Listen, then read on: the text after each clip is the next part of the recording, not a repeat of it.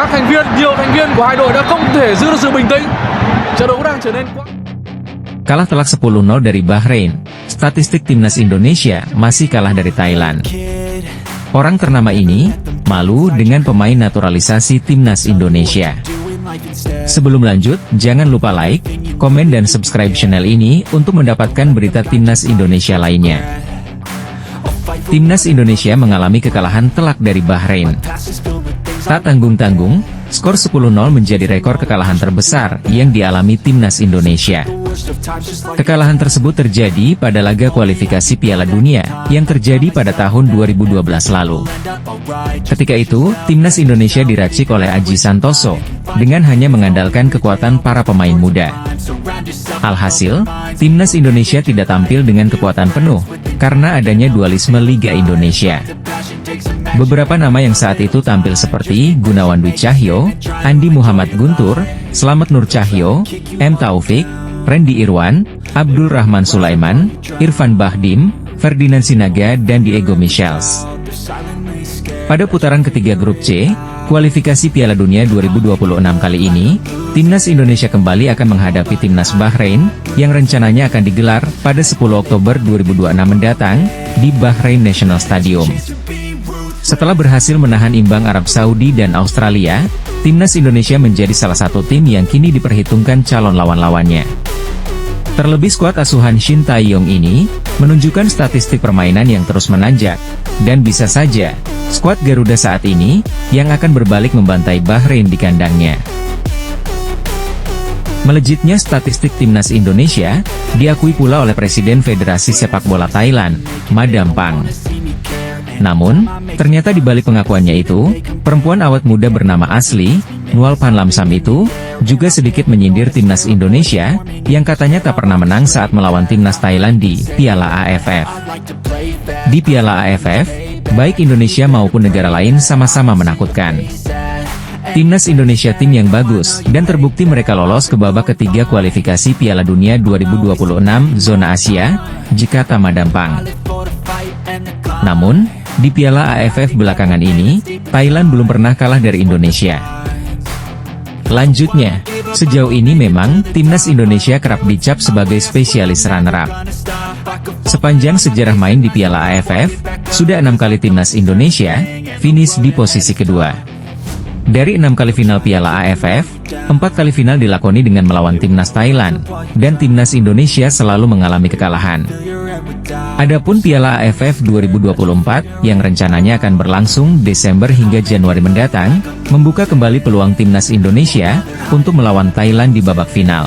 Namun tetap saja, kekhawatiran menghinggapi timnas Indonesia. Sebab, rencana pelatih timnas Indonesia Shin Tae-yong, hanya akan menurunkan pemain timnas Indonesia U22, yang juga diproyeksikan mewakili Indonesia pada ajang SEA Games 2025. Pelatih asal negeri ginseng itu sengaja tidak menurunkan skuad seniornya, agar Martin Paes dan kolega bisa fokus membela timnas Indonesia di babak ketiga kualifikasi Piala Dunia 2026 zona Asia. Sedangkan timnas Thailand sendiri, disinyalir akan tetap menurunkan para pemain terbaik mereka. Di Piala AFF 2024 sendiri, timnas Indonesia tergabung di grup B bersama Vietnam, Filipina, Myanmar dan Laos. Sementara timnas Thailand, tergabung di grup A, bersama Malaysia, Singapura, Kamboja dan Brunei. Meskipun tidak segrup, jika perjalanan timnas Indonesia dan timnas Thailand mulus, bisa jadi kedua tim ini akan bertemu di semifinal, atau bisa saja di babak final.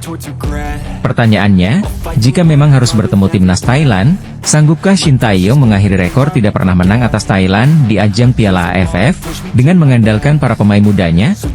Kita doakan saja, semoga keberhasilan timnas Indonesia senior, dapat menular ke timnas Indonesia U22. Sebuah statement menohok, dikeluarkan oleh seorang pecinta sepak bola Indonesia, yang juga sebagai mantan Duta Besar Republik Indonesia untuk Polandia, Peter Gonta. Melalui akun Instagramnya, Peter Gonta mengkritik langkah PSSI, yang nyatanya telah berhasil, mendatangkan banyak pemain keturunan, untuk memperkuat timnas Indonesia.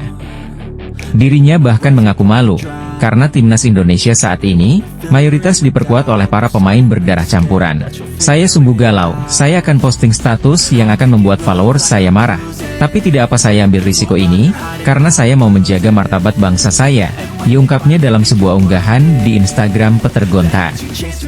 Selanjutnya, Peter Gonta juga melemparkan sejumlah pertanyaan yang kemudian ia jawab sendiri. Salah satu pertanyaan yang diajukannya, apakah dirinya malu timnas Indonesia diperkuat 9 pemain naturalisasi? Menurutnya, pertanyaan itu dilemparkan, mengingat saat laga melawan timnas Australia, 9 pemain keturunan tampil sebagai starter. Tercatat, hanya Rizky Ridho, pemain non-keturunan yang mentas sejak awal laga. Satu yang pasti, apresiasi layak diberikan kepada kepengurusan PSSI saat ini. Karena melalui terobosan yang dilakukan PSSI melalui Ketua Umum PSSI Erick Thohir, timnas Indonesia mulai menjadi sebuah kekuatan baru Asia. Sebelumnya, persaingan timnas Indonesia di level Asia Tenggara saja sempat mengalami kesulitan. Namun saat ini, secara konsisten, timnas asuhan Shin Tae-yong ini mampu bersaing bahkan sampai di level Asia. Untuk pertama kalinya, skuad Garuda mampu menembus babak ketiga kualifikasi Piala Dunia 2026 zona Asia. Bahkan, pada 2 laga awal round ketiga ini, timnas Indonesia mampu memberikan permainan yang sangat luar biasa. Berhasil menahan imbang tuan rumah Arab Saudi, dilanjutkan menahan sang raksasa Asia Australia, asuhan Shin Tae-yong ini mampu menggetarkan sepak bola dunia. Terima kasih sudah menyimak video ini. Dukung terus timnas Indonesia, dan jangan lupa subscribe.